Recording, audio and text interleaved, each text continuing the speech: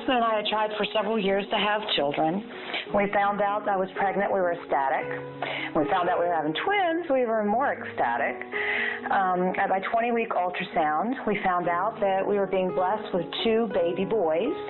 It was a bittersweet moment because at the same time, we found out that the boys, both of the babies had cleft lip. At that time, they weren't able to tell us if it was palate or not, and we didn't find that out till they were born.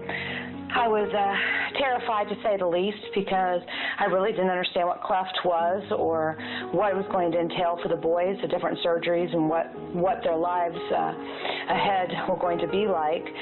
We hadn't told anybody but close family. So when the boys were born, I decided to make an announcement on Facebook. I didn't want anybody to feel uncomfortable when they came to see the boys at the hospital and not knowing that they were born with cleft lip.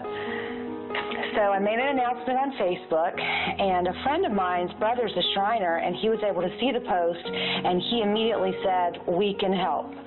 And he met me at the hospital while the boys were still at the NICU to get me the paperwork, and both of the boys were accepted by the Shriners, and they're taking care of both of them.